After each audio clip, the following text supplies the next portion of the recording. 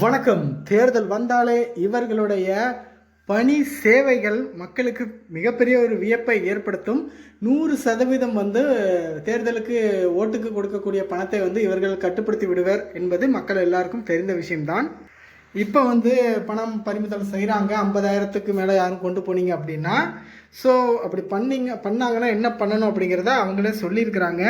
இதுக்கு ஈஸியாக யோசித்தாலே நிறையா யாரையும் தொந்தரவுப்படுத்தாத டிப்ஸ் எல்லாமே கிடைக்குது. பட் நிறையா இந்த கவர்மெண்ட் இதில் பழைய அந்த ப்ரொசீஜரையே ஃபாலோ பண்ணுறாங்க. லாஜிக்காக திங்க் பண்ண மாட்டேங்கிறாங்க. இதுக்கான சொல்யூஷன் நிறைய பண்ணலாம். பட் இதில் மாற்றுறதுல மெஜாரிட்டி பணம், கொஞ்சோட பணம் அரசியல் பணமாக இருந்தாலும் மெஜாரிட்டி பணம் வியாபாரிகள் இந்த மாதிரி பணம் தான் நிறைய மாட்டோம். நியூஸ்லனா ஒவ்வொரு வருஷமும் நம்ம கேட்டுக்கிட்டே தான் இருக்கிறோம். இன்றைக்கி நிறைய விஷயங்களை கொண்டு வந்திருக்கேன், பார்ப்போம். ஸோ நீங்கள் அலையிறதுக்குன்னா இஷ்டம் இல்லை அப்படின்னு நினச்சிங்கன்னா நீங்கள் எலெக்ஷன் முடிகிற வரைக்கும் கரெக்டாக இருந்துக்கோங்க. 50,000க்குள்ளே மெயின்டைன் பண்ணிக்கோங்க. இல்லைனா எப்படிலாம் சேஃப்டியாக கொண்டு போய்க்கலாம் அப்படின்னு திங்க் பண்ணிக்கோங்க. அதுக்கான எவிடன்ஸ் கரெக்டாக வச்சுக்கோங்க. வியாபாரிகள்கிட்ட மட்டும்தான் எவிடன்ஸ் கஷ்டமாக இருக்குமே தவிர மற்றவங்ககிட்டனா எவிடன்ஸ் ஈஸியாக தான் இருக்கும் ஓரளவு. ஸோ அதுக்கான எவிடன்ஸ் இருந்தால் தைரியமாக கொண்டு போங்க. எவிடன்ஸ் இல்லைன்னா 50,000க்குள்ளே மெயின்டைன் பண்ணிக்கோங்க. அதுக்கு மேலே கொண்டு போகாதீங்க. அப்படி தான் கொண்டு தான் போகணும் அப்படின்னா அதுக்கு சில வழிகள் இருக்குது. அதை நீங்களாக யோசித்து பண்ணிக்கோங்க, நாங்கள் சொல்ல மாட்டோம். ஸோ லீகலான வழிகள் நிறைய இருக்குது. ஸோ ஃபாலோ பண்ணிக்கோங்க.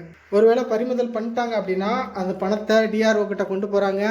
ஸோ அங்கே போய் நீங்கள் அப்ளை பண்ணி வாங்கிக்கலாம். 24 மணி நேரத்துக்குள்ளே உடனடியாக விடுவிச்சிரும் அப்படின்னு சொல்லியிருக்காங்க. பட் உங்ககிட்ட எவிடன்ஸ் இருந்தால், எவிடன்ஸ் இல்லை அப்படின்னா அதுக்கு பிறகு நீங்கள் அலைய தான் செய்யணும்.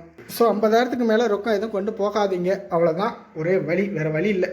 இல்லைனா திங்க் பண்ணி அதே நேரத்தில் சட்டத்தை மீறாமலும் கரெக்டாக போகிறதுக்கும் வழி இருக்குது. நீங்களே திங்க் பண்ணி ஃபாலோ பண்ணிக்கோங்க. பரிசு பொருட்களும் 10,000க்கு மேலே உள்ள பரிசு பொருட்களை கொண்டு போகக்கூடாது. அதையும் மனசில் வச்சுக்கோங்க. வெறும் பணம் மட்டும் அவங்க இது சொல்லலை, 10,000க்கு மேற்பட்ட பணம் மதிப்புள்ள பரிசு பொருளையும் கொண்டு போகக்கூடாதுன்னு சொல்கிறாங்க. இந்த பறக்கும் படையினரால் யாருக்கு மிகப்பெரிய பாதிப்பு அப்படின்னா பொதுமக்களுக்கு தான் கட்டாயம். ஏன்னா பிடிக்கப்படுறதுல ஒரு 90% அவங்க பணம் தான் இருக்கும்.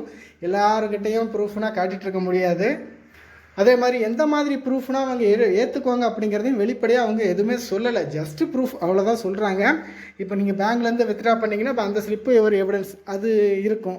கடன் வாங்கினீங்கன்னா அது ஏதாவது ப்ராப்பராக கடன் வாங்கினீங்க அப்படின்னா அதுக்கு ஒரு ரிசிப்ட் கொடுப்பாங்க. அது ஒரு எவிடன்ஸு, அதை நம்ம வச்சுக்கலாம். இங்கே வட்டிக்கு கடன் வாங்கினீங்கன்னா அதுக்கு எவிடன்ஸ் இல்லை. பட் அது என்ன பண்ணுவாங்கன்னு சொல்ல முடியாது. அதே நேரத்தில்